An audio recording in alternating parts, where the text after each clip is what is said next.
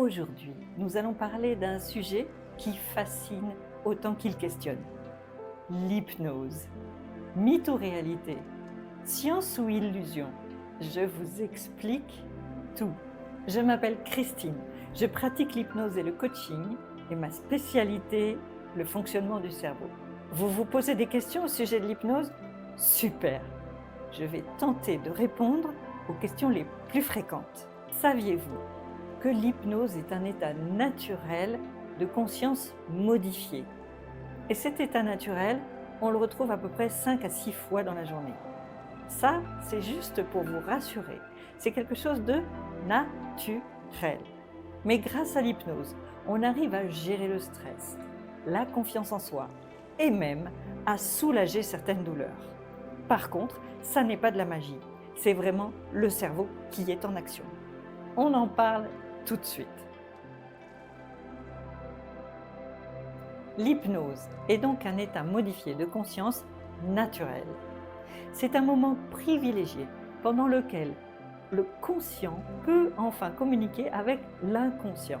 Et quand je parle d'un état naturel, tout simplement, souvenez-vous, vous êtes en train de lire et vous êtes obligé de revenir en haut de la page parce que finalement vous avez complètement perdu le fil de ce que vous êtes en train de lire. Ou alors, vous êtes au volant de votre voiture, vous roulez et à un moment donné, vous dites « mais je suis déjà là ».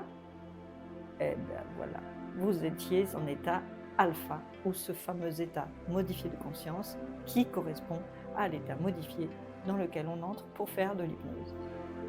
Côté scientifique, il ne faut pas oublier que les médecins ont utilisé cette pratique jusque dans les années 1920. Et aujourd'hui, les neurosciences montrent que certaines parties du cerveau sous état d'hypnose fonctionnent différemment. L'activité critique diminue, tandis que les zones liées aux émotions et aux sensations s'activent davantage. Séance de coaching pour comprendre les besoins de la personne. Induction hypnotique pour atteindre l'état modifié de conscience souhaité. Puis arrive la phase de travail avec les suggestions, métaphores ou visualisations.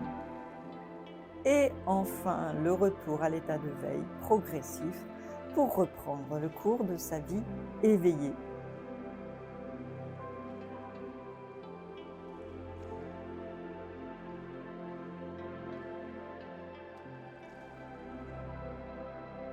Si cette vidéo vous a éclairé, likez, partagez et dites-moi en commentaire.